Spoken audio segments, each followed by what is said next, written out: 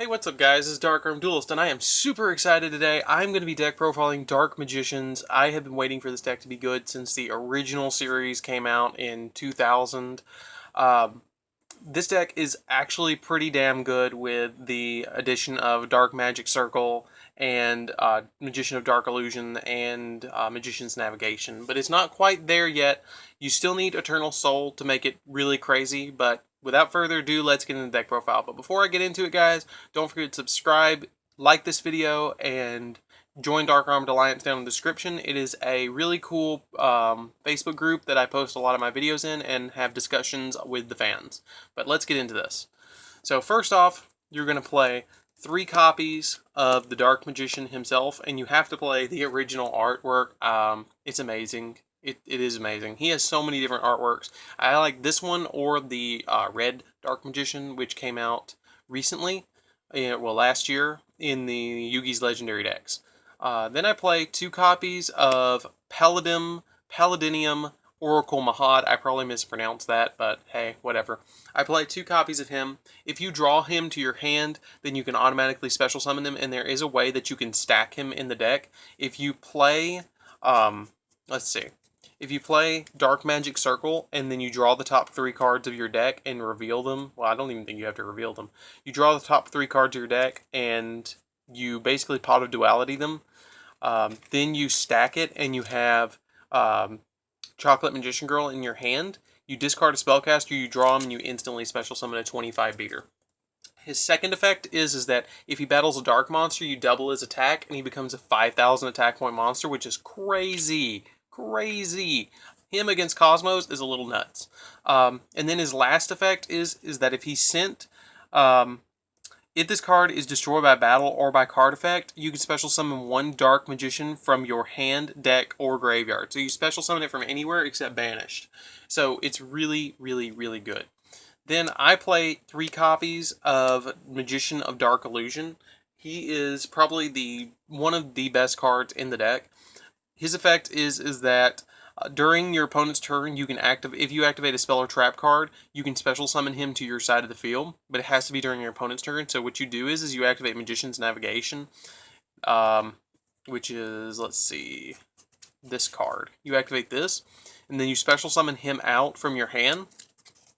And then his other effect is that if you activate a spell or trap card, I believe, if you activate a spell or trap card or effect while this card is face up on the field, except during the damage step, you can target 1 Dark Magician in your graveyard and special summon it. So later in the game, he makes it where you can just go into rank 7s like crazy later on. Then, this is my personal tech. I'm playing 2 Kaiku, the Ghost Destroyer. With Kaiku, the Ghost Destroyer, he allows for banishing problematic cards in your opponent's graveyard, such as Dark Destroyer or a BA card that they just keep recycling back or something like that. This deck is meta potential, and I know that I'm going to get a lot of shit for that in the comments, but this deck does have the potential to be a meta deck. And before you say anything, just think about Blue Eyes. They just won Worlds. But the reason I play this is because if it inflicts battle damage, then you can remove 2 cards from your opponent's graveyard from play. And then on top of that, as long as he remains face up on the field, your opponent cannot remove any cards from either player's graveyard. So it's essentially a walking Imperial Iron Wall just for your opponent. Then I play 3 copies of Chocolate Magician Girl. She's the only Magician Girl I'm going to play in here until we get Illusion Apprentice Magician in the TCG, which is going to be amazing because it's like a Kalute for your hand that special summons itself and searches. It's amazing. And then her effect is that when she is face up on the field, you can discard a spellcaster from your hand to the graveyard to draw an additional card. And that's what I was talking about with Paladinium or Mahad. If you control Mahad, or if you have Mahad and you know he's the next card you're going to draw because you've stacked him with Dark Magic Circle, you can activate her effect to discard a spellcaster, draw him, and then special summon him right out. And then maybe activate Magician's Navigation, special summon a Dark Magician, and then overlay into maybe him, and then go crazy with it. I mean, it's just so many different combos in this deck, it's ridiculous. And then her second effect is she's essentially a maiden, almost, a maiden with eyes of blue. But better, if she's targeted for an attack, you can special summon a spellcaster monster from your graveyard, and then change the attack target to that monster and half the attacking monster's attack. So it's really, really good. Then I play 2 Summoner Monks to get to Chocolate Magician Girl and Kaiku faster. His effect is super, super good. A lot of people know what it does, but I'll tell you really quick. When he's normal summon, you switch him to defense position, then you can discard a spell card from your hand to special summon a level 4 monster from your deck. So that's pretty much it. And he can't be tributed, so that's something to keep in mind. Then I play 3 copies of Magician's Rod. It is the searcher of the deck. When you activate it, you can add a Magician spell or trap card, or really a spell or trap card that lists Dark Magician in its text.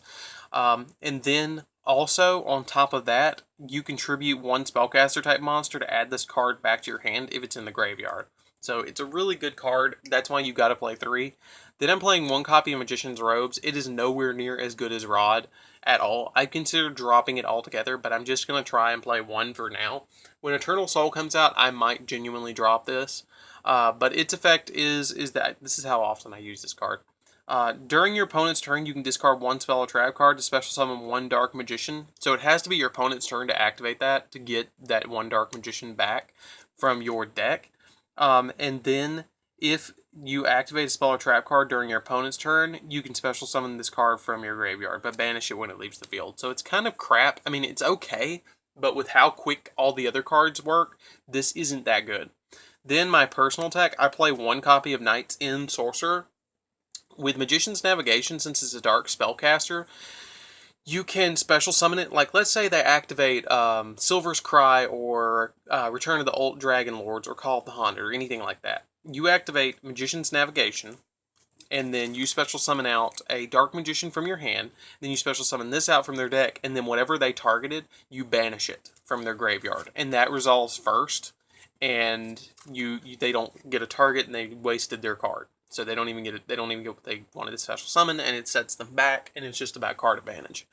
But that's it for the monsters. Let's get into the spells. So first off, we play 1 copy of the Eye of Timaeus. The reason I'm playing 1 copy of the Eye of Timaeus is because it gives me utility to get into either Amulet Dragon or Dark Paladin. I usually go into Dark Paladin with this, but I'm only playing 1 copy of it because it can clog pretty bad. You have to control a Dark Magician to activate it, which isn't that bad because your Magician of Dark Illusion counts as a Dark Magician as well when he's on the field. I was checking to see if it was in the graveyard as well, but it's just on the field that he counts as Dark Magician. So you essentially have 6 targets for the Eye of Timaeus, but I might drop it when Eternal Soul comes out. I don't know yet. Then I play 2 copies of Illusion Magic. You contribute a spellcaster to add a Dark Magician or 2 Dark Magicians from your deck or graveyard to your hand, which is super good. 2 copies of Dark Magic Veil, which is, again, really, really good. You can special summon a Dark Spellcaster from your grave or hand by paying 1,000 life points. So it's like a Monster Reborn. I've even considered bumping this up to 3. I just really haven't done it yet. Now, here's my personal thing that a lot of people don't do. I'm playing 3 copies of Dark Magic Attack because with Dark Magic Attack, this is a really OTK deck. If you can get the build right, you can get this to be an OTK deck. And this build just OTKs like crazy. With Dark Magic Attack, it's essentially a Harpy's Feather Duster if you control Dark Magician. And with all the ways that you can get him out, it's really easy to get this off, and it's really live. I actually top decked this at locals the other day, and won because I top decked one of these, and I had a Dark Magician on board, and he just couldn't recover from it. But it's amazing. I don't even play Twin Twister because of this. Then I play 3 copies of Pot of Duality for utility and just consistency, I guess. Then I play 3 copies of Dark Magic Circle. Dark Magic Circle is a really neat card, and it's the way that you stack your Mahad, because you pick up the top 3 cards of your deck, and then you add I believe it's a Dark Magician, reveal 1 Dark Magician or 1 spell or trap card that specifically lists the card Dark Magician among them, and add it to your hand. Also place the remaining cards back on top of the deck in any order. So, What you do is you draw your 3 cards, you draw Mahad, and then once you draw Mahad, you put him back on top of the deck as the number 1 card that you're going to draw next. Then you normal summon your Chocolate Magician Girl, discard a Spellcaster, draw Mahad, special summon him out, and then you already have a 2500 beater on the board with the potential of having more because you just drew out your card that you got off of this. So you're essentially going a +2 because you're getting a humongous monster and you're getting this. And whenever a Dark Magician is special summoned, I believe it's once per turn that it activates. If a Dark Magician card is normal or special summoned to your field, you can target 1 card your opponent controls and banish it, but you can only do that once per turn. So it's a spot removal, and it's essentially consistency too. So it's really, really good. But that's it for the spells. Let's get into the traps. So first off, I'm playing 3 copies of Magician's Navigation. Now this card is the literal nuts of the deck. I love this card. Because it adds pressure and your opponent thinks that you're playing something that you're not. Because they think it's like, oh, you're playing strike, it's a strike. Or, oh, it's a floodgate trap hole. And they get intimidated because you have this in your back row. And really, it is intimidating if you have this on board plus this. Because what it does is when you activate it, you can special summon a Dark Magician from your hand. And then special summon a Dark Spellcaster that is level 7 or lower from your deck. So it's really good, and then it has the amazing effect of the turn that it's, besides the turn that it's sent to the graveyard, like if I activate this, I can't immediately do this. Let's say they activate Twin Twister. I can banish this to negate Twin Twister, like for the rest of the turn. Like if they had this, I can banish it and then negate the effect of a face-up spell or trap card, which if Twin Twister is face up, I can negate it, as long as it's not a counter trap, because that's speed spell. So then, if I activate this and special summon the Dark Magician, this activates and I get to banish a card too. So it's an amazing combo that you get off with that. Then I'm playing 2 copies of Dark Renewal. It's again a really good card because if you have just, let's say, Night End Sorcerer, Magician's Rod, or Magician's Robe or Rod on the field, and it's kind of just sitting there waiting to get killed. If you have Dark Renewal face down, then again it adds a little bit of pressure, and your opponent normal summons a monster, you can activate it, tribute this, send the monster that your opponent controls to the graveyard, but you have to target them, send them both to the graveyard, and then special summon a Dark Spellcaster from your deck. Now, a lot of people have been playing Magician of Black Chaos in the deck, and I think that's a great card, but for my build, I'm just not. You can play it, and if you want to play it, maybe drop the robe and play him. Play him at 1, because you don't want to dead draw him. But that's the majority of the deck. And then I have one last card that I want you guys to pause the video and comment down below what it is, what you think it is. Now, it's a really interesting card, and it is a trap card, but I'll give you 3 seconds to pause it, and then guess what it is. 3, 2, 1, here we go. It is 1 copy of Eradicator Epidemic Virus. Now, with Dark Magician being 2500, you can tribute him to activate this and then call, say, spells. And no more spells can be activated for 3 turns. Well, they can activate them, but it sends them to the graveyard during their standby phase. And then you get to look at your opponent's back row and their hand and send all spells for the next 3 turns to the graveyard. So it's really good, and it's really, really interesting that you can activate Magician's Navigation, get this, and then essentially get the knowledge of everything that they're going to draw for the next couple of turns. But that's it for the main deck, guys. Let's get into the extra deck, and I'll try and go through that pretty quick. I'm playing 2 copies of Ebon Illusion Magician. His effect is that I can detach a card from him to special summon a Dark Magician. I believe it's Dark Magician. You can detach 1 XYZ from him to special summon 1 normal spellcaster type monster from your hand or deck. But he requires 2 level 7 spellcaster monsters, which is easy peasy in this deck. And if a normal spellcaster monster declares an attack, then you can banish a card your opponent controls. I'm playing 1 copy of Ebon High Magician. Honestly, he's kind of bad, and I never really go into him, so I'm not even going to go into his effect. 1 Draco Sack for protection.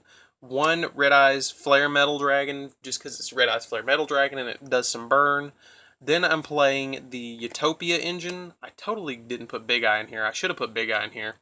You can drop, if you want to, you can also drop, what's his name? Drop Eben and play Big Eye. Because Big Eye is a lot better than Eben, in my opinion. But that's just my opinion. Then I'm playing one copy of Castael, the Sky Blaster Musketeer. And he is amazing. You make him with Summoner Monk and maybe a Chocolate Magician Girl. But like I said, maybe drop him and play the Big Eye. The Big Eye is much better than an Eben. I mean, if you want to play Eben for the nostalgia, because, hey, he's good. But I don't really like him all that much. I'd take him out. Then I'd play number 106 because it does negate stuff a lot. And it just adds a little bit of protection. One copy of Daigusto Emerald because it either special summons a Dark Magician, it either special summons a Dark Magician because you can target one non-effect monster in your graveyard and special summon it by detaching a card, or you can target 3 monsters in your graveyard, shuffle them back to your deck, and draw 1 card. So it's kind of a consistency thing. And then because I'm playing Knight and Sorcerer, I'm playing 1 copy of Goyo Guardian and 1 copy of Ally of Justice Cataster. Knight and Sorcerer plus Rod equals this, and then any level 4 plus Knight and Sorcerer equals this. And it's just a big beater, and this is good to summon against Blue Eyes and then just swing at them because it destroys their monsters. It also works pretty good against Cosmos and stuff like that, if you're not going up against Dark Destroyer or something like that. Then I'm playing 1 copy of Amulet Dragon. You could drop him and keep Eben if you wanted to, but I'd keep him. What you do is you banish spell and trap cards from your graveyard, and then he gains 100 attack for each one that's kind of sent. And then if this card is destroyed, you can special summon 1 spellcaster type monster from your, I believe it's graveyard. Yeah, from your graveyard.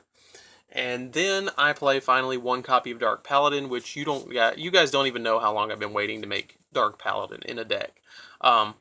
With Dark Paladin, you can discard a card to negate a spell card, and then for every dragon monster in your graveyard, or in your graveyard and your opponent's graveyard and on the field, he gains 500 attack. So he can get big if you're playing against Blue Eyes or something like that.